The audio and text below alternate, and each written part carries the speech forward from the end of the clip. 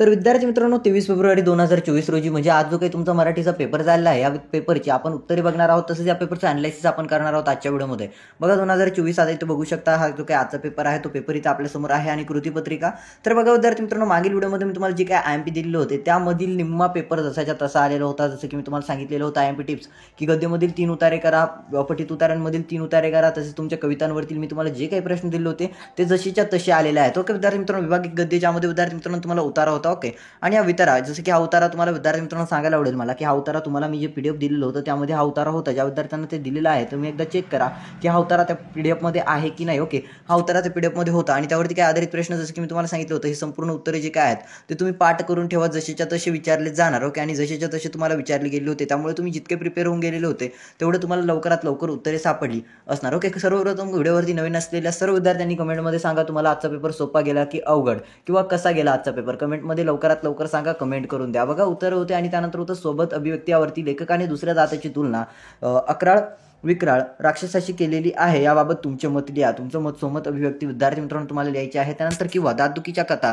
व्यथा तुमच्या शब्दांत लिहा। ओके विद्यार्थी मित्रांनो, असं होतं म्हणजे तुम्हाला काय होतं सोमत अभिव्यक्ती, आणि मी तुम्हाला सांगितलेलं होतं की सोमत अभिव्यक्तीमध्ये तुम्ही तुमचं स्वतःचं मत मांडायचा प्रयत्न करा। ओके, तुम्हाला विद्यार्थी मित्रांनो आम्ही तुमचा इंग्रजीचा पेपर झालेला आहे, मराठीचा, आणि अपकमिंग टाईममध्ये जेही पेपर होणार आहे त्यांचं एक सोबतचे आन्सर शीट आम्ही आमच्या वेबसाईटवरती अवेलेबल करून देणार आहे। त्यामुळे आम्ही सध्या सर्व आन्सर शीट ह्या वेटिंग लिस्टला पडलेले आहेत, आम्ही तुम्हाला सर्व एक सोबत पीडीएफमध्ये आमच्या वेबसाईटवरती अवेलेबल करून देणार आहोत। यामध्ये विद्यार्थी मित्रांनो खाली उताराच्या आधारे सूचनेनुसार कृती करा असा तुम्हाला प्रश्न होता, आणि हे देखील जसं की तुम्हाला खाली उताराच्या आधारे सूचना मी तुम्हाला सांगितलं होतं की हा उतारा येऊ शकतो किंवा हे एक्सपेक्टेड उतारे आहेत, यामधील तुम्हाला की कोणते उतारे करायचे आहेत नेमकी हे ठाऊक नव्हतं, परंतु अनेक उतारे जे सांगितले गेलेले होते, म्हणजे जो काही उतारा होता तो सांगितला गेला पहिला उतारा तो होता, परंतु दुसरा तसा नव्हता। त्यानंतर विभाग 2 मध्ये होतं विद्यार्थी मित्रांनो पद्य, ज्यामध्ये विद्यार्थी मित्रांनो तुम्हाला कविता होती। ओके, आणि ह्या कवितेवरती जे काही प्रश्न होते ते देखील तुम्हाला दिले गेलेले होते। कवितेवरती प्रश्न अगदी सोपेसे होते, तुम्ही जर वाचलेलं असेल तर तुम्हाला ते समजलेलं असेल, आणि ज्या विद्यार्थ्यांनी आमची ऑलरेडी आधीची व्हिडिओ बघितलेली होती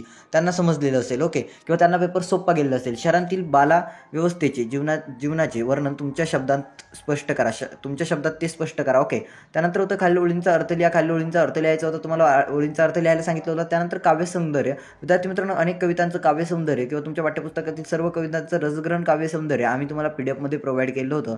त्यानंतर विभाग 3 साहित्य प्रकार कथा होता, त्या साहित्य प्रकार कथा होती ज्यामध्ये खालील उताराच्या आधारे सूचनेनुसार कृती करा असं होतं, आणि मी तुम्हाला साहित्य प्रकार कथामध्ये जे काही पीडीएफ दिलं होतं त्यामधील विद्यार्थी मित्रांनो जसेचे तसे प्रश्न होते। ओके, तुम्ही ते पीडीएफ चेक करा, आणि मोस्ट इम्पॉर्टंट बात म्हणजे तुम्हाला साहित्य प्रकार कथामध्ये सर्वच्या सर्व प्रश्न मी तुम्हाला करून जायला सांगितले होते।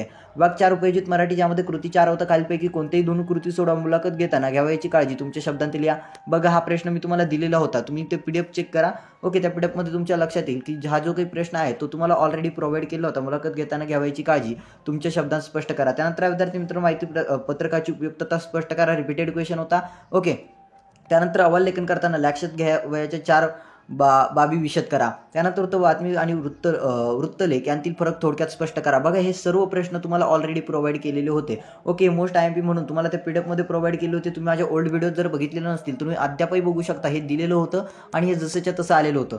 त्यानंतर विद्यार्थी मित्रांनो तुम्हाला खालीलपैकी कोणतेही 2 कृती सोडा, माहिती पत्रकाच्या रचनेची वैशिष्ट्ये लिहा, हो हेही दिलेलं होतं। त्यानंतर अहवालाचे स्वरूप आवश्यकता स्पष्ट करा, हेही तुम्हाला आयएमपी म्हणून दिलेलं होतं। म्हणजे सर्व मुद्दे विद्यार्थी मित्रांनो तुम्हाला आयएमपी म्हणून दिले होते। म्हणजे अपकमिंग व्हिडिओज आम्ही जे काही सांगणार आहे ते बघण्यासाठी आत्ताच व्हिडिओला लाईक आणि चॅनलला सबस्क्राईब करून ऑल नोटिफिकेशनवरती सेट करा, म्हणजे तुम्ही फिजिक्सचं असेल किंवा तुमचा ओसीएमचा असेल किंवा तुमचा जो काही विषय असेल त्याचे सर्व काही आयएमपी आम्ही टाकणार आहे आर्ट्स सायन्स कॉमर्सच्या विद्यार्थ्यांसाठी। सर सर्वांनी चॅनलला सबस्क्राईब करून ऑल नोटिफिकेशनवरती सेट करा। अपकमिंग टाईपमध्ये आम्ही ज्या काही तुम्हाला अपकमिंग टाईममध्ये आम्ही तुम्हाला ज्या काही आयएमपी देणार त्या सुद्धा येऊ शकतात। विभाग 5 मध्ये व्याकरण लेखन होतं विद्यार्थी मित्रांनो, व्याकरण लेखनाशी संबंधित कृती सर्वच्या सर्व तुम्हाला सोडायला लावलेल्या होत्या, ज्या की पीडीएफ मध्ये दिलेल्या होत्या, जसं की समास वगैरे झालं। ओके, सर्व तुम्हाला सोडवायला सांगितलेलं होत्या। त्यानंतर विद्यार्थी मित्रांनो तुम्हाला यामध्ये होतं दगाबाजी करणे, चौकटी पूर्ण करा, ज्यामध्ये विद्यार्थी मित्रांनो पितूर होणे याचं योग्य उत्तर आहे दगाबाजी करणे। त्यानंतर विद्यार्थी मित्रांनो वाक्यात उपयोग करायचा। त्यानंतर निबंध लिहा, निबंध लेखनासाठी विद्यार्थी मित्रांनो तुम्हाला सांगितलं गेलेलं होतं की खालीलपैकी कोणतेही एका विषयावर सुमारे 200 ते 250 शब्दात, जसं की हे विषय दिले होते, सर्व विषय दिले होते, या विषयामधील मी तुम्हाला सर्व विषय दिले होते आणि तुम्हाला सांगितलं होतं की 10 मिनिटाचा टाइम लावा आणि सोडवता येतं का बघा। ओके, तुम्हाला सांगितलं गेलं होतं की 10 मिनिटाचा टाइम लावा आणि सोडवता येतं का बघा। तुम्ही एकदा ते पीडीएफ चेक करा, तुम्हाला सर्व कळेल। सर्व क्वेश्चन्स आम्ही दिलेले 100% आलेले होते। होते. ओके, म्हणजे जसं की तुम्हाला बोललो होतं की 95% पेपर जशाच्या तसं असणार आहे किंवा 99% असणार आहे, याबाहेरचं येणार नाही. तर 99% पेपर मॅच होता. फक्त तुम्ही त्यावरती अभ्यास केलेला असेल तर दिलेल्या PDF वरती, तर पेपर तुम्हाला सोपा गेलेला असेल. ओके विद्यार्थी मित्रांनो, तर हा आजचा पेपर होता ज्याचा अनालिसिस आपण केलेला आहे फक्त सिंपल पद्धतीने. आन्सर्स तुम्हाला एक सोबत आम्ही सर्व विषयाचा आमच्या वेबसाईटवरती अवेलेबल करून देणार आहे आणि तुम्हाला स्क्रीनवरती दिसत असलेल्या व्हॉट्सअप नंबरवरती तुम्ही अपकमिंग अपडेटसाठी किंवा तुम्हाला जी काही मदत हवी असेल त्यासाठी तुम्ही आत्ताच टेक्स्ट करा, मेसेज करा. जसं की तुमचा पुढल्या पेपरचे IMP तुम्हाला पाहिजे असतील, PDF